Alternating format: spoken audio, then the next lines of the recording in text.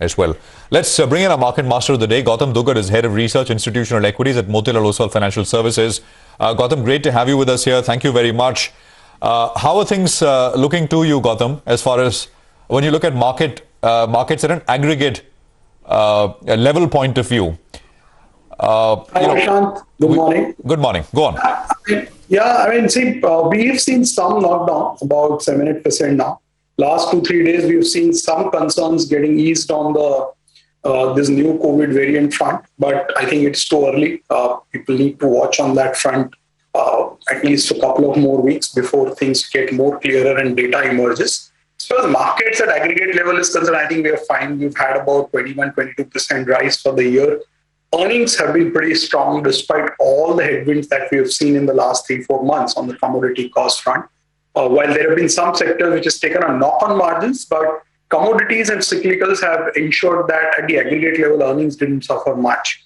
And then, of course, we've seen some heavy bout of FI selling in the last 2 months. In fact, the note that we released yesterday is one correlation which we have tried to draw.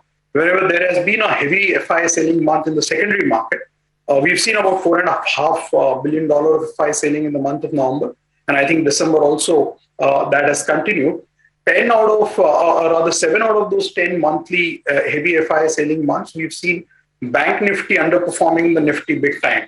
The upside of upshot of that is that the valuations on the financial side look much more reasonable now versus the broader markets. Rest of the segments, as far as the broader markets is concerned, some of those sectors still remain overvalued despite the recent correction that we have seen. Important thing to note from here on is how does earnings continue to pan out, because the expectations are quite elevated. We're expecting about 34-35% growth for FY22, and on top of that about 19%. So it's good that market is consolidating. There is some correction which has happened. It will allow the earnings to catch up with the current valuations. Gautam, hi, good morning. Thanks for joining us. Just before we talk about the larger issues, I wanted your thoughts on Whirlpool, because you just came out with a note. Yesterday, the stock was down 6%. You believe it's giving a re-entry opportunity? Yes, we certainly believe that. It's a stock that we've liked for some time. They remain, fundamentally, if you look at the segments in which they are present, the market share position has been broadly stable. The stock has been an underperformer. If you look at the last 1 year, 1.5 years of the performance of the stock, of course, earnings have also been tepid. But yesterday's knock, we think, is more driven by sentiments, because from an India entity perspective, as per our analysis, prima facie doesn't seem to be much of an impact. So we certainly seem to believe that this correction provides an entry point. We're expecting more than 20% EBITDA and profit CAGR for the next 2 years, and therefore the returns from this price point, from a slightly longer term perspective, does look quite attractive. Okay. Gautam, hi, good morning. The other space I wanted to discuss with you was QSR. I mean, just look at some of these names. Devyani International, for example, is up what? In 1 week, it's up about 30%. What's happening here? And, is there, who's gaining market share? Who's losing? And from a longer term standpoint, what should investors be doing? This is a space where we've had a very strong positive view for some time now. Jubilant remains our top idea in this space. Incidentally, 2 days back, we initiated coverage on this QSR space, broader companies, Barbecue and Devyani. What is happening here from a top-down perspective, if you look at the last 2 years, is clear market share shift away from the unorganized sectors towards the organized. If you go by the data of National Restaurant Association of India, around 25-30% of the restaurants have closed down, which is an unfortunate incident due to the COVID. But what has happened is the branded, players have gained significantly. Delivery as a business model has seen a substantial acceleration in the last 18 months. The fear which was there 6 months back that once things open up, delivery part of the business model will start to recede, that has not panned out. Delivery remains very strong, and at the margin you are seeing substantial acceleration or improvement in the dining space. So what has happened, the big players in this segment, and of course they are all listed, whether it is Jubilant or Westlife or the recent listings like Devyani and Barbecue, they're all gaining big time. And more importantly, the outlook for the next 3 to 5 years remains very strong. If you look at the guidance of some of these companies, Domino's has raised the potential store in India from 2,000 to 3,000. I think Westlife has also raised the potential store opening guidance over the next 5 to 10 years. So clearly, the outlook is very bright and the runway for the growth is very strong. The problem, however, is valuation. So one has to have a very long-term outlook if one is planning to enter this, some of these stocks.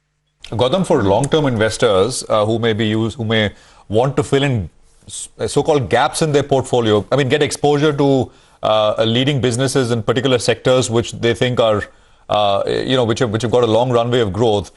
Are there individual names you think, broadly, which have become attractive again, you'd be comfortable buying from a longer-term perspective? So, Prashant, we've been very positive on some of the B2C discretionary names. I'm afraid they've not corrected much. Something like Titan, which has been our number one discretionary consumer idea now for 6 years, it has hardly fallen 6-7% in the recent bout of correction. But again, in jewelry space, you would notice that over the last 4 or 5 years, there has been tremendous amount of disruption because of regulatory policies and in general shift towards the branded organized players. So that segment looks quite attractive to us. Then in the retail space, you will find that things like Trent, ABFRL, they're getting market share left, right, and center.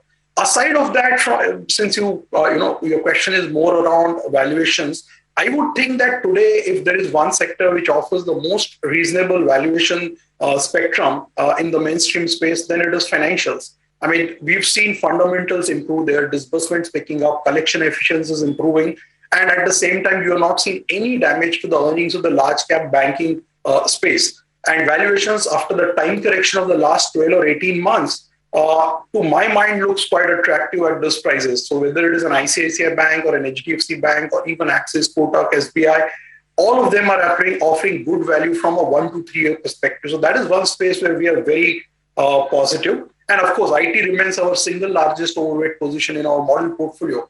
If you look at the data which came out yesterday of the Naukri JobSpeak Index, there has been a 26% drop in the last 2 months in the IT sector job openings. So that basically means that we are picking as far as attrition is concerned, and that offers a very good, re-rating trigger for the IT stock. So that is where we are still very positive. We are running about 300 basis point overweight in our model portfolio in the IT. Okay. Before we let you go, since it is, an IPO frenzy that's going on, I wanted your thoughts on what's happening here.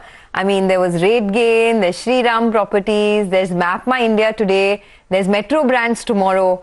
Anything that interests you from a long-term standpoint? I mean, forget about getting allotment or whatever. Even post-listing from a longer-term view, anything that you like, any business? So yeah, of course, there is a lot of frenzy as far as IPO market is concerned. If you look at the data, YTD FY22, we've already crossed the all-time high fundraising as far as primary fundraise is concerned. So from a point of view of what do we like, I think from the listings which have happened recently, Nykaa is one business which we find quite attractive, given the dominant positioning that they have in their segment, and at the same time, the greater acceptance that they're finding in not just metro and tier 1 cities, but beyond that as well. When we had released our pre-IPO note on Nykaa, we had done a survey of about 250 to 300 people across cities, and we were quite surprised to find the acceptance that that brand commands in the mindshare and the mindshare that it commands with its customers. So that is something which we like. Rest of the stocks, I'm afraid I haven't yet spent much time as far as the new listings are concerned. So we'll have to, keep it for some other time whenever I had a chance to go through the business models and valuations in a greater detail. All right, we will leave it there today. Gautam, thanks a lot for joining us. Before we move to the next conversation, just a word on the market, because the Nifty is now down 23 points, but from the highs it slipped quite a bit.